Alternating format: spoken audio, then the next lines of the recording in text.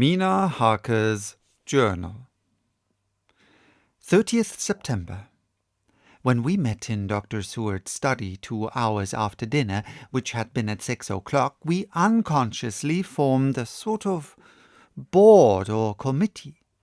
Professor Van Helsing took the head of the table, to which Dr. Seward motioned him as he came into the room. He made me sit next to him on his right, and asked me to act as secretary. Jonathan sat next to me. Opposite us were Lord Godalming, Dr. Seward, and Mr. Morris, Lord Godalming being next the professor, and Dr. Seward in the centre.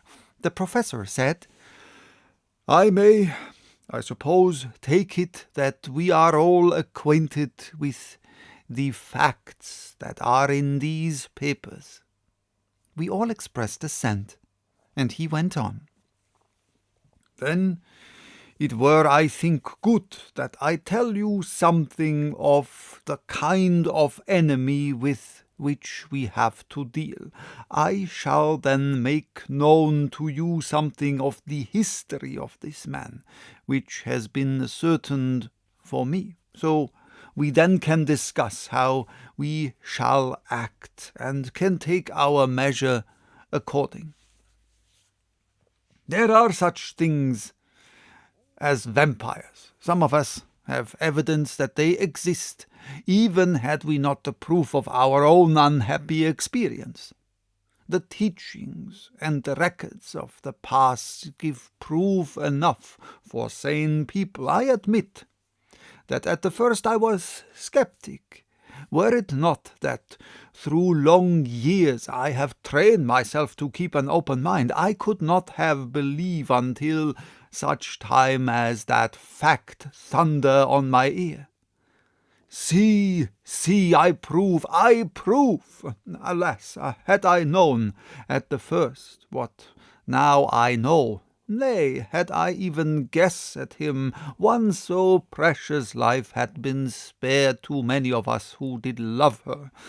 But that is gone, and we must so work that other poor souls perish not, whilst we can save. The Nosferatu do not die like the bee when he sting once. He is only stronger, and being stronger have yet more power to work evil. This vampire which is amongst us is of himself so strong in person as 20 men. He is of cunning more than mortal, for his cunning be the growth of ages. He have still the aids of necromancy, which is, as his etymology imply, the divination by the dead, and all the dead that he can come nigh to are for him at command.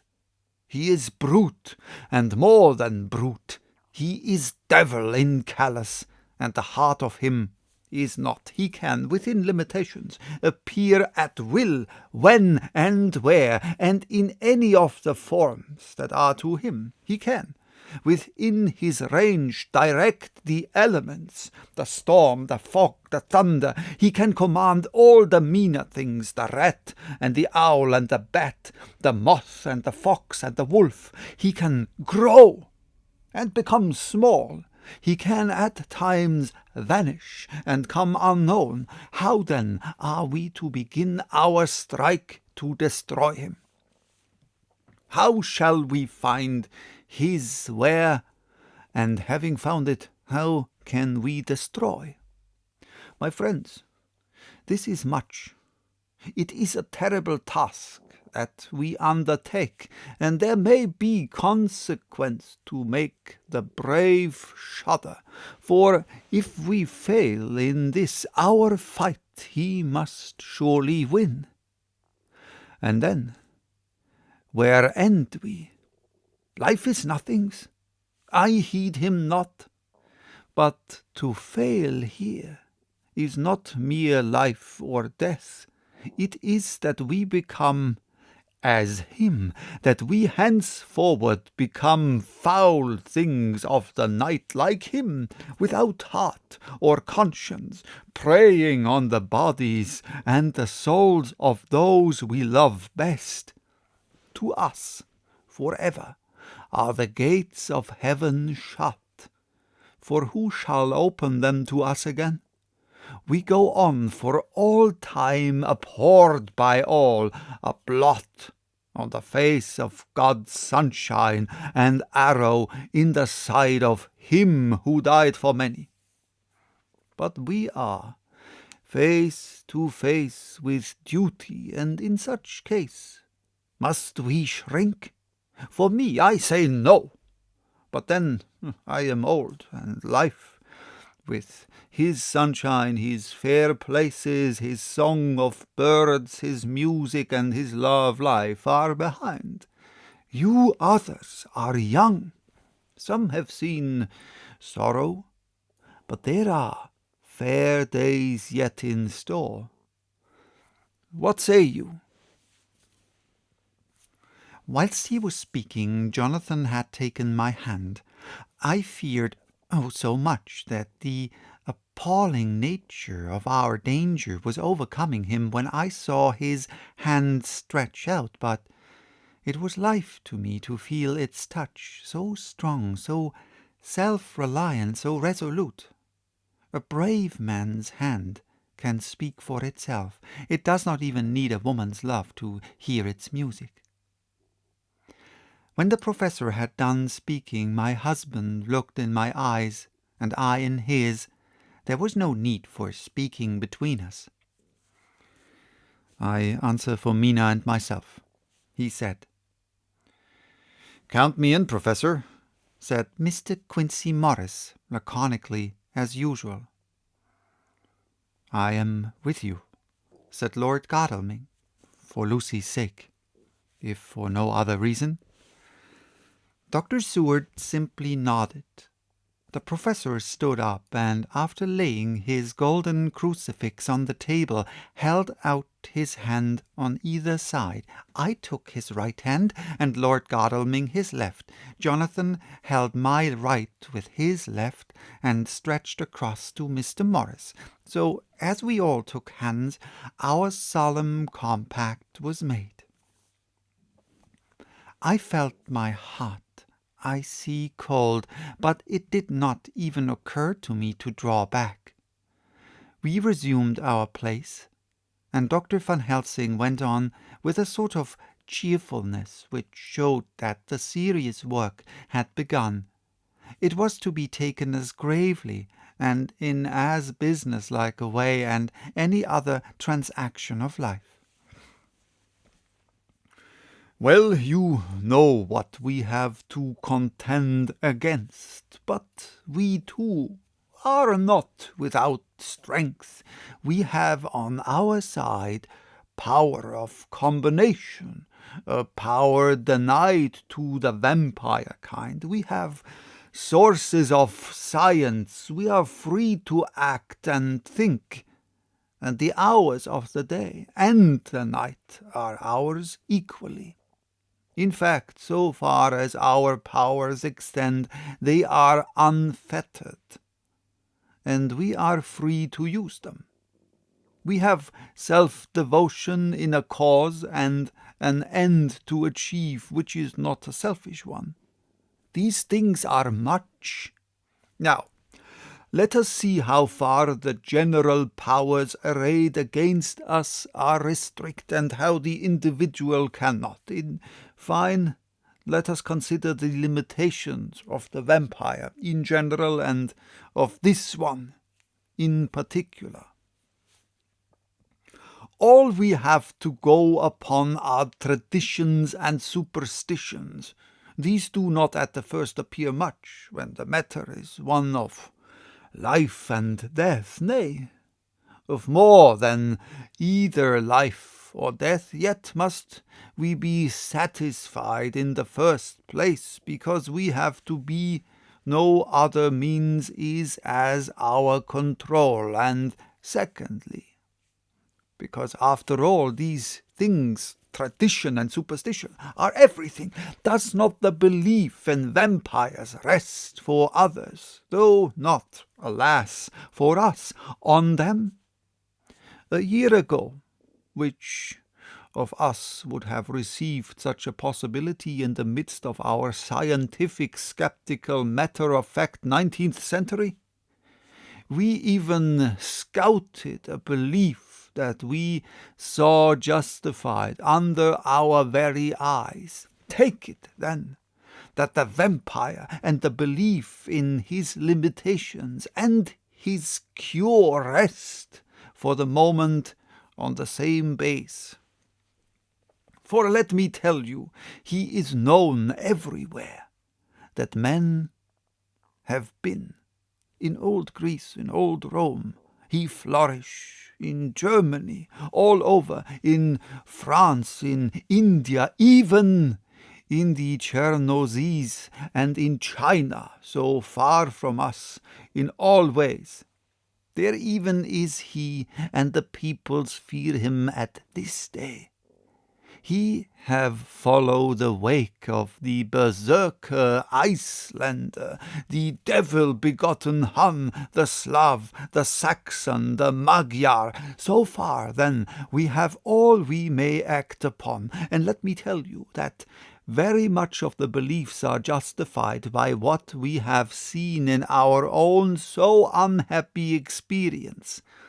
The vampire live on, and cannot die by mere passing of the time. He can flourish when that he can fatten on the blood of the living. Even more, we have seen amongst us that he can even grow younger, that his vital faculties grow strenuous and seem as though they refresh themselves when his special pabulum is plenty. But he cannot flourish without this diet. He eat not as others. Even friend Jonathan, who lived with him for weeks, did never see him to eat, never. He throws no shadow. He make in the mirror no reflect, as again Jonathan observe. He has the strength of many of his hand. Witness again Jonathan, when he shut the door against the wolves, and when he help him from the diligence too. He can transform himself to wolf, as we gather from the ship arrival in Whitby, when he tear open the dog. He can be as bat as Madam Mina saw him on the window at Whitby, and as friend John saw him fly from this so near house, and as my friend Quincy saw him at the window of Miss Lucy. He can come in mist, which he create. That noble ship's captain proved him of this. But from what we know, the distance he can make this mist is limited, and it can only be round himself. He come on moonlight rays as elemental dust, as again Jonathan saw those sisters in the castle of Dracula. He become so small, we ourselves saw Miss Lucy, ere she was at peace, slip through a hair-breadth space at the tomb door. He can, when once he find his way, come out from anything or into anything, no matter how close it be bound or even fused up with fire. Solder you call it. He can see in the dark. No small power this in a world which is one half shut from the light. But hear me through. He can do all these things, yet he is not free. Nay, he is even more prisoner than the slave of the galley, than the madman in his cell. He cannot go where he lists. He, who is not of nature, has yet to obey some of nature's laws. Why? We know not. He may not enter anywhere at the first unless there be someone of the household who bid him to come, though afterwards he can come as he please. his power ceases, as does that of all evil things at the coming of the day. Only at certain times can he have limited freedom. If he be not at the place whither he is bound, he can only change himself at noon or at exact sunrise or sunset. These things are we told, and in this record of ours we have proof by inference. Thus, whereas he can do as he will within his limit, when he have his earth home, his coffin home, his hell home, the place unhallowed, as we saw when he went to the grave of the suicide at Whitby, still, at other time he can only change when the time come. It is said, too, that he can only pass running water at the slack or the flood of the tide.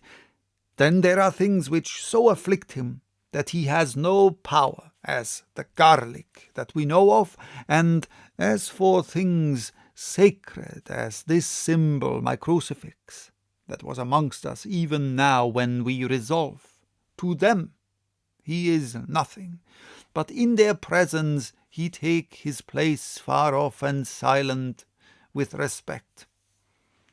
There are others too, which I shall tell you of, lest in our seeking we may need them. The branch of wild rose on his coffin keep him that he move not from it. A sacred bullet fired into the coffin kill him, so that he be true dead. And as for the stake through him, we know already of its peace, or the cut-off head that giveth rest. We have seen it with our eyes. Thus, when we find the habitation of this man that was, we can confine him to his coffin and destroy him if we obey what we know. But he is clever. I have asked my friend Arminius of Budapest University to make his record, and from all the means that are, he tell me of what he has been. He must indeed have been that voivode Dracula who won his name against the Turk over the great river on the very frontier of Turkeyland. If it be so, then he was no common man. For in that time, and for centuries after, he was spoken of as the cleverest and the most cunning, as well as the bravest of the sons of the land beyond the forest. That mighty brain and that iron resolution went with him to his grave, and are even now arrayed against us.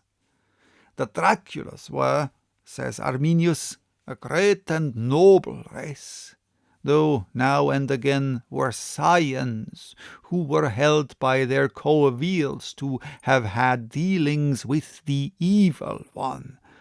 They learned his secrets in the Scholomance amongst the mountains over Lake Hermannstadt, where the devil claims the 10th scholar as his due. In the records are such words as Stregoica, witch, Ordok and Pokol, Satan and hell, and in one manuscript this very Dracula is spoken of as Vampyr, which we all understand too well. There have been from the loins of this very one great men and good women, and their graves make sacred the earth where alone this foulness can dwell. For it is not the least of its terrors that this evil thing is rooted deep in all good. In soil barren of holy memories it cannot rest. Whilst they were talking, Mr. Morris was looking steadily at the window, and he now got up quietly and went out of the room. There was a little pause, and then the professor went on. And now we must settle what we do. We have here much data, and we must proceed to lay out our campaign. We know from the inquiry of Jonathan, that from the castle to Whitby came 50 boxes of earth, all of which were delivered at Carfax. We also know that at least some of these boxes have been removed. It seems to me that our first step should be to ascertain whether all the rest remain in the house beyond that wall where we look today, or whether any more have been removed. If the latter, we must trace. Here he were interrupted in a very startling way. Outside the house came the sound of a pistol shot. The glass of the window was shattered with a bullet, which, ricocheting from the top of the embrasure, struck the far wall of the room. I am afraid I am at heart a coward, for I shrieked out. The men all jumped to their feet. Lord Godalming flew over to the window and threw up the sash. As he did so, we heard Mr. Morris' voice without. "Sorry, I fear I have alarmed you. I shall come in and tell you all about it." A minute later he came in and said, "It was an idiotic thing of me to do, and I ask your pardon, Mrs. Harker. Most sincerely, I fear I must have frightened you terribly. But the fact is that whilst the professor was talking, there came a big bat and sat on the window-sill. I have got such a horror of the damned brutes from recent events that I cannot stand them, and I went out to have a shot, as I have been doing of late of evenings whenever I have seen one. You used to laugh at me for it then, Art?" "Did you hit it?" asked Dr. Van Helsing. "I don't know. I fancy not, for it flew away into the wood." Without saying any more, he took his seat, and the professor began to resume his statement. "We must trace each of these boxes, and when we are ready we must either capture or kill this monster in his lair, or we must, so to speak, sterilize the earth, so that no more he can seek safety in it. Thus, in the end, we may find him in his form of man between the hours of noon and sunset, and so engage with him when he is at his most weak. And now, for you, Madam Mina, this night is the end until all be well. You are too precious to us to have such risk. When we part tonight, you no more must question. We shall tell you all in good time. We are men, and are able to bear, but you must be our star, and our hope, and we shall act, all the more free that you are not in the danger such as we are." All the men, even Jonathan, seemed relieved, but it did not seem to me good that they should brave danger and perhaps lessen their safety, strength being the best safety, though care of me. But their minds were made up, and though it was a bitter pill for me to swallow, I could say nothing save to accept their chivalrous care of me. Mr. Morris resumed the discussion. "As there's no time to lose, I vote we have a look at this house right now. Time is everything with him, and swift action on our part may save another victim."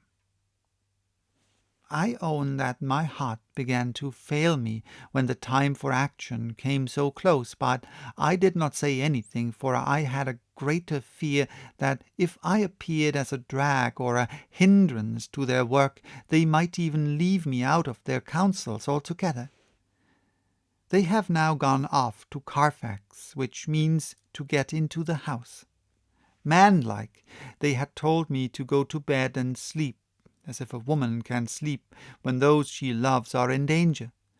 I shall lie down and pretend to sleep, lest Jonathan have added anxiety about me when he returns.